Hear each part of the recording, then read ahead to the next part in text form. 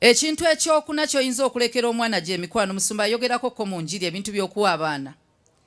Tulaba Dawudi mu 2 Samuel chapter 9 bw'osoma olunyiri olusooka paka ku 17 n'olunyiri awo 28. Waliwo omuntu eyajjukirwa mu nnyumba ya Sawulo lwa Jonathan.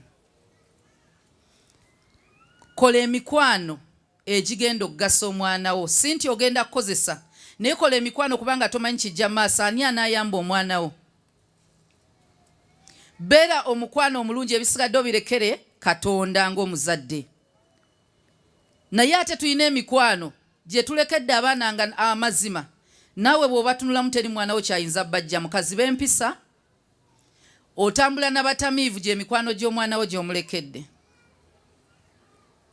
Gw'owulira obaagala, nze bano benjagala bempuliriramu emirembe, naye bw'owuliramu emirembe singa ova mu nsi nga ennaku zo Katonda ze yabalaza ezo ziweddeyo, be bagenda okuziika.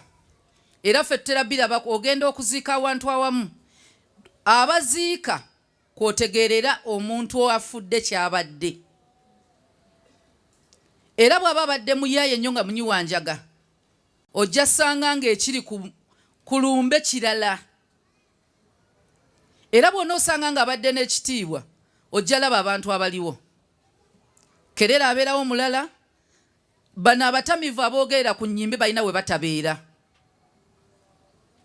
Naye ate waliwo we bawulirira emirembe nga bagenda kuwemula buli ekiriwo nga n'abaana bo mwebali. So ng'omuzadde, emikwano mikulu.